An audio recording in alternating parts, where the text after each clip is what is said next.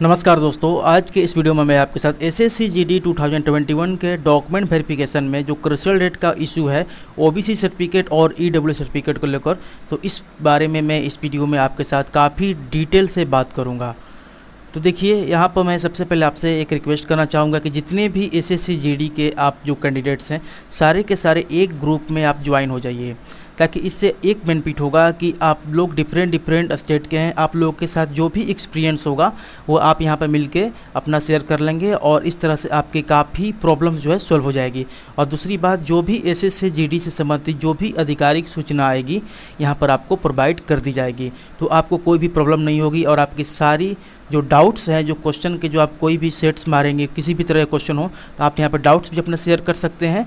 आप यहाँ से आप लोग मिलकर कोई भी प्रॉब्लम हो आप यहाँ से विचार कर सकते हैं। तो ये जो ग्रुप है मैंने कल ही क्रिएट किया है, तो इस ग्रुप को आप ज्वाइन जरूर कर लीजिए। इसका लिंक मैंने वीडियो का डिस्क्रिप्शन में दिया है।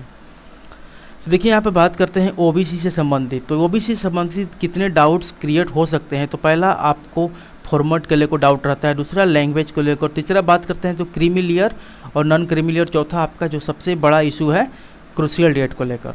ठीक है, तो यहाँ पे सबसे पहले मैं बात करना चाहूँ तो देखिए, आपको मैं फॉर्मेट के बारे में बताना चाहूँगा कि ये दो तरह का फॉर्मेट होता है। एक जो ये फॉर्मेट है आपका, ये जनरल फॉर्मेट है, और ये जो सेकंड फॉर्मेट आपको दिख रहा है ये एसएससी के आपके नोटिफिकेशन पर दिया हुआ है।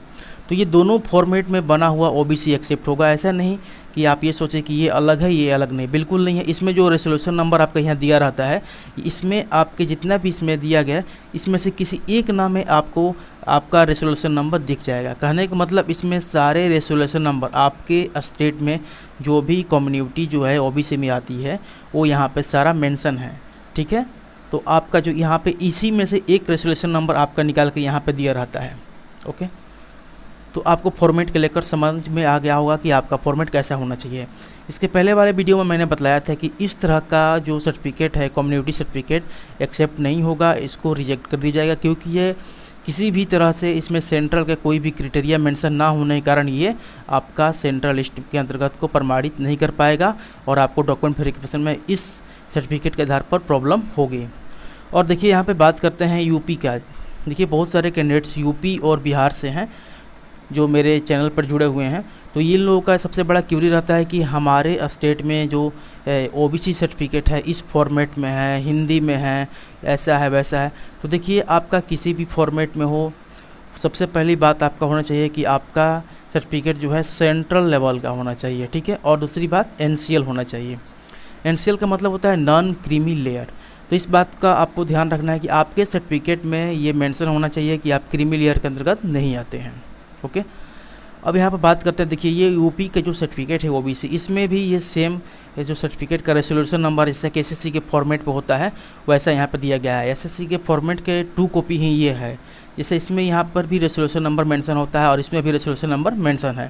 तो देखिए, इसको हम लोग जूम करके देख लेते हैं।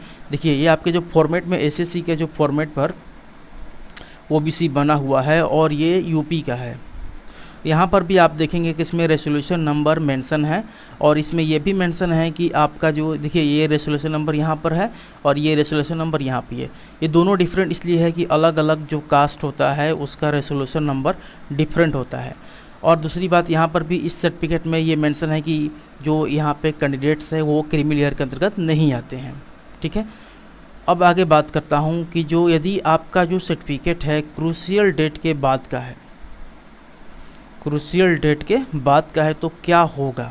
तो देखिए, ये एक पॉसिबिलिटी वाली बात नहीं है। इस तरह के बहुत सारे केस एसएससी के डॉक्यूमेंट वेरिफिकेशन में हो चुके हैं। सबसे पहले आपको ये सुप्रीम कोर्ट का ऑर्डर पढ़ना चाहिए, यहाँ पर सारी चीज़ें क्लियरली मेंशन की गई है। तो चलिए इस चीज़ को हम लोग अच्छे से पढ़ते हैं। देखिए, यहाँ पर जो ये जो उसमें ऑर्डर आया था, इसमें सबसे पहले जो ओबीसी का वैलिडिटी होता है उसके बारे में समझिए। ओबीसी सर्टिफिकेट जो है, आपका सर्टिफिकेट जिस दिन से इशू हुआ है उससे लगातार 3 साल तक वैलिड होता है। तो इसमें जो एसएससी है, एसएससी उस टाइम क्या करती थी, जो जिस टाइम का ये नोटिफिकेशन होता है उसके 3 साल पहले का और 180 दिन बाद का ओबीसी जनरली एक्सेप्ट कर रही थी।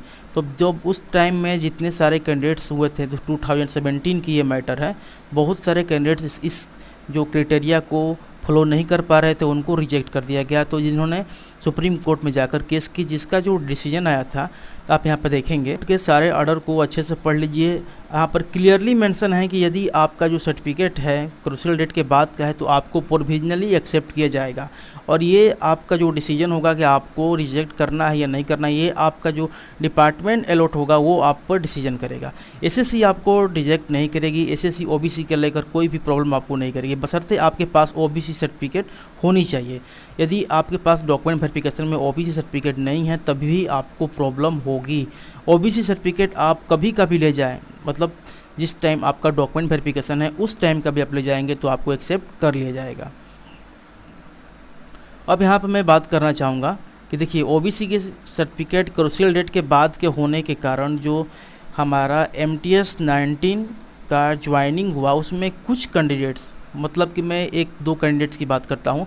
यहाँ पर सारे डिपार्टमेंट ने तो क्लियर दे दिया, डिपार्टमेंट सिर्फ यही करता है कि आपको ये एसएससी वाला फॉर्मेट देगा और बोलेगा कि इस पर आप SDO DM किसी भी अधिकारी से, जो ऑथराइज अधिकारी है उससे ये सर्टिफिकेट बनवा कर लाइए, एक्सेप्ट कर लिया जाता है। लेकिन कभी कभी ऐसा सिचुएशन आ जाता है, कुछ डिपार्टमेंट बोल देता है कि नहीं आप थोड़ा सा ये मेंशन कर लीजिए कि आप इस समय में क्रूशियल डेट के पहले के आप जो थे नॉन क्रीमी लेयर में आते हैं। ओके, तो यहाँ पर जो है कि और कभी कभी ऐसा सिचुएशन देखने को मिला था कि इसमें कोर्ट से अफिडेविट भी मांगा जा सकता है, तो लेकिन ये काफ़ी रेयर है। मतलब 99% डिपार्टमेंट जो है आपको ओबीसी बनवाकर एक्सेप्ट कर लेता है, वहाँ पे दिक्कत नहीं होती है। कभी कभी ऐसा देखने को मिल जाएगा तो आपको ये दोनों प्रक्रिया करवा लिया जाता है। लेकिन आपके साथ एक चीज़ कंफर्म है कि आपकी ज्वाइनिंग जो है बिल्कुल होगी, ज्वाइनिंग में प्रॉब्लम नहीं होगी। डिपार्टमेंट जैसा भी आपको पेपर का वर्क कराए वो अलग चीज़ है, थोड़ी सी परेशानी होती है डॉक्यूमेंट्स बनवाने में, लेकिन आपको प्रॉब्लम नहीं होगी। आपको समय मिलता है, आप उतना समय बनवा कर सबमिट कर दीजिए, आपकी ज्वाइनिंग हो जाएगी। देखिए आप यहाँ पे पढ़ भी सकते हैं, ये तहसीलदार के द्वारा ऑथराइज सिग्नेचर किया गया था। अब यहाँ पे मेंशन भी है कि इस पीरियड में क्रीमी लेयर के अंदर NCL में आते थे। देखिए NCL और CL, NCL non creamy layer और क्रीमी लेयर, यदि आप नॉन क्रीमी लेयर के अंतर्गत आते हैं तभी भी आपको ओबीसी का छूट मिलेगा। अगर आप क्रीमी लेयर में आते हैं तो आपको कोई भी रिलैक्सेशन नहीं मिलेगी। तो आपको जो सर्टिफिकेट बनवाना है NCL का बनवाना है, और आपके सर्टिफिकेट में क्लियरली मेंशन होना चाहिए कि आप जो है क्रीमी लेयर के अंतर्गत नहीं आते हैं। ओके, अब यहाँ पे बात करेंगे EWS सर्टिफिकेट के बारे में। तो देखिए इसके पहला जो GD का डॉक्यूमेंट वेरिफिकेशन हुआ था 2018 में, उस टाइम EWS का कोई भी इशू नहीं था, क्योंकि उस टाइम EWS था ही नहीं। तो देखिए जो यहाँ पे EWS के बारे में मैं बात करूँगा, यहाँ पे CHSL 19 का जो डॉक्यूमेंट वेरिफिकेशन हुआ उसमें जो EWS को लेकर इशू हुआ था, उसी के आधार पर मैं यहाँ पे बात करना चाहूँगा कि उस टाइम क्या इशू हुआ था, और आपको उसी के आधार पर समझना है कि उसी के अकॉर्डिंग भी यहाँ पे देखने को मिल सकती है। तो सबसे पहले बात करेंगे फॉर्मेट, उसके बाद लैंग्वेज, उसके बाद क्रूशियल डेट। देखिए फॉर्मेट की बात करूँ तो जो आपका एसएससी के ऑफिशियल वेबसाइट पर जो फॉर्मेट डाला गया है, या एसएससी के नोटिफिकेशन से भी में भी ये मेंशन रहता है कि आपको ये फॉर्मेट में EWS सर्टिफिकेट बनवाना है, वो फॉर्मेट होना चाहिए। लैंग्वेज से कोई इशू नहीं है, हिंदी में भी आप बनवा सकते हैं, इंग्लिश में भी बनवा सकते हैं। ओके, क्रूशियल डेट का क्या इशू है आगे थोड़ा बात कर लेंगे। तो देखिए ये मैं आपके साथ दो EWS सर्टिफिकेट यहाँ पे दिखला रहा हूँ। ये ये बिहार का है, ये बिहार का है और ये यूपी का है। ओके, अब यहाँ पे इसलिए मैं दिखा रहा हूँ कि बिहार के बहुत सारे कैंडिडेट्स कहते हैं कि हमारे सर्टिफिकेट में सेंट्रल लिस्ट मेंशन नहीं है, तो मैं यहाँ पर उनको दिखाऊंगा कि सेंट्रल लिस्ट कहाँ मेंशन है। बिहार में जो हिंदी फॉर्मेट में बनता है उसमें सेंट्रल लिस्ट मेंशन नहीं होता है, इंग्लिश वाले में सेंट्रल लिस्ट मेंशन होता है। तो देखिए ये सर्टिफिकेट है, और यहाँ पर जो आपका क्रूशियल डेट होना चाहिए 2021 का आपका सर्टिफिकेट बना होना चाहिए। मतलब आपका जो यहाँ पे वैलिड ईयर जो होगा 2021 से 22 होना चाहिए, और यहाँ पे जो फाइनेंशियल ईयर आपका जो नीचे मेंशन है नीचे, वो आपका जो होना चाहिए 2020 से 21। ठीक है, और देखिए यहाँ पे सेंट्रल लिस्ट मेंशन है, बहुत सारे लोग कहते हैं कि सेंट्रल लिस्ट मेंशन नहीं है, ये बिहार का है। ओके, आप देख भी सकते हैं। किसी भी स्टेट का हो, आपके सर्टिफिकेट में दो चीज़ काफ़ी इंपॉर्टेंट है, एक तो आपका फाइनेंशियल ईयर और वैलिड ईयर, दूसरा का आपका ये सेंट्रल लिस्ट। जो CHSL 19 में डॉक्यूमेंट वेरिफिकेशन हुआ था उस टाइम कैंडिडेट्स के साथ यही प्रॉब्लम आई थी कि बहुत सारे कैंडिडेट्स के सर्टिफिकेट में ये सेंट्रल लिस्ट मेंशन नहीं था, तो उस टाइम उनको समय दिया गया था और बोला गया था कि आप वैलिड सर्टिफिकेट बनवा कर ले आइए। दूसरी बात, एक और सबसे बड़ी जो प्रॉब्लम है मैं आपके साथ यहाँ पर शेयर करूँगा कि बहुत सारे कैंडिडेट का फाइनेंशियल ईयर और वैलिड ईयर दोनों सेम था। ये सेम नहीं होनी चाहिए। यदि आपके सर्टिफिकेट का वैलिड ईयर और फाइनेंशियल ईयर दोनों समान है, कहने का मतलब यहाँ पर जो वैलिड ईयर है 2021-22 है और आपका फाइनेंशियल ईयर भी 2021-22 ही मेंशन है, तो आपका सर्टिफिकेट इनवैलिड है। अभी समय है, जाकर अपने तहसील में ब्लॉक में जाइए, वहाँ पर अभी सुधरवा लीजिए।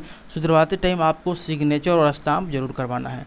तो इसको लेकर आपको थोड़ा सा सावधानी बरतनी है कि आपका फाइनेंशियल ईयर और वैलिड ईयर सेम नहीं होनी चाहिए। दूसरी बात, आपके सर्टिफिकेट में सेंट्रल लिस्ट मेंशन होनी चाहिए। तो जो CHSL में जो देखने को मिला था कि जिन कैंडिडेट्स का फाइनेंशियल ईयर और valid year according to notification है, क्रूशियल डेट को यहाँ पर वैल्यू नहीं दिया गया था, सिर्फ फाइनेंशियल ईयर और वैलिड ईयर, मतलब आपका फाइनेंशियल ईयर और वैलिड जो है अकॉर्डिंग टू नोटिफिकेशन है तो आपको दिक्कत नहीं होगी। और यही सिचुएशन CHSL 19 में हुआ था। जिन कैंडिडेट्स का सर्टिफिकेट में क्रूशियल डेट के बाद का भी होने के बाद फाइनेंशियल ईयर और valid year according to notification था, तो उनको एक्सेप्ट कर लिया गया था। देखिए, ये जो सर्टिफिकेट है ये यूपी का है और यहाँ पर भी सेंट्रल लिस्ट मेंशन है, ठीक है। तो इस पर आपको थोड़ा सा ध्यान देना है। तो यहाँ पर सबसे बड़ी बात जो निकल कर आ रही है कि यदि आपका EW सर्टिफिकेट क्रूशियल डेट के बाद का है, ठीक, लेकिन आपका फाइनेंशियल ईयर और जो वैलिड ईयर है अकॉर्डिंग टू नोटिफिकेशन है, तो आपको कोई भी दिक्कत होने के चांसेस नहीं हैं। मैं अपने से ऐसे बिल्कुल नहीं कर सकता कि ये होगी नहीं। मैं जो इसके पहले डॉक्यूमेंट वेरिफिकेशन हुआ उसके एक्सपीरियंस के आधार पर आपके साथ यहाँ पे शेयर कर रहा हूँ कि उस टाइम ये प्रॉब्लम हुई थी कि जो कैंडिडेट्स का फाइनेंशियल और valid year according to notification था, भले ही उनका जो सर्टिफिकेट क्रूशियल डेट के बाद का भी था तो एक्सेप्ट कर लिया गया था। लेकिन जो वैसे कैंडिडेट जिनका सर्टिफिकेट में फाइनेंशियल और वैलिड ईयर डिफरेंट था, तो उनको प्रॉब्लम आई थी। उनको समय दिया गया था कि आप जाकर कहीं से भी, मतलब अपने ब्लॉक में जाकर किसी भी तरह से आप बैक डेट का सर्टिफिकेट ले आ सकते हैं, तो लेकर आइए, अदरवाइज आपको UR में कंसीडर किया जाएगा या आपको रिजेक्ट कर दिया जाएगा। दो वहाँ पर सिचुएशन हुई थी। तो यहाँ पर जो कैंडिडेट्स जो थे घबरा गए थे, उनको समय मिला था, बहुत सारे कैंडिडेट्स को यहाँ पर UR में कंसीडर भी कर लिया गया था। तो यही प्रॉब्लम थी EWS के साथ, आपको समझ में आ गया होगा। देखिए, मैं आपको यहाँ पर दिखा भी देता हूँ कि देखिए यहाँ पर प्रोविजनल जो पहले मिलता था, ठीक है, ये प्रोविजनल पहले मिलता था, लेकिन CHSL में प्रोविजनल बहुत सारे जो रीजन में जो डॉक्यूमेंट वेरिफिकेशन हुए थे, जो NR रीजन के मैं बात कर रहा हूँ, वहाँ पर यहाँ प्रोविजनल नहीं दिया गया। कैंडिडेट्स को मेल भेजकर भी इन्फॉर्मेशन दी गई थी कि आप वैलिड EW सर्टिफिकेट दीजिए, अदरवाइज आपको UR में कंसीडर किया जाएगा। ओके, तो पहले यही सिचुएशन होता था कि आपका जो सर्टिफिकेट है उसमें क्रूशियल डेट के बाद का भी फाइनेंशियल ईयर वैलिड ईयर होता, आपको प्रोविजनल दिया जाता था। बाद में डिपार्टमेंट आपको ऐसा लेटर भेजेगी और वहाँ पर आपको प्रमाणित करना पड़ता था कि आप उस ड्यूरेशन में EWS के सर्टिफिकेट के अंतर्गत आते थे। यही प्रॉब्लम थी और इस बार भी उम्मीद की जा रही है कि यही सिचुएशन होगी। अब यहाँ तक जो 100% यहाँ पर जो जानकारी मिलेगी आपको, वो डिपार्टमेंट पर डिपेंड करेगी कि उसके बाद क्या हुआ। देखिए, ये एक ऐसा सिचुएशन है, ये डिपार्टमेंट टू डिपार्टमेंट वेरी कर सकता है कि आपका मान लेते हैं कि बिहार से हैं और आपका जहाँ पर डॉक्यूमेंट वेरिफिकेशन हुआ वहाँ के अधिकारी किस तरह से आपको क्लियर दे रहे हैं, किस तरह से आपको प्रोविजनल दे रहे हैं, ये थोड़ा सा मायने रखता है। आशा करता हूँ कि आपका डाउट्स क्लियर हो गए होंगे। वीडियो आपको हेल्पफुल लगा हो तो प्लीज़ शेयर जरूर कीजिए। Thanks for watching this video.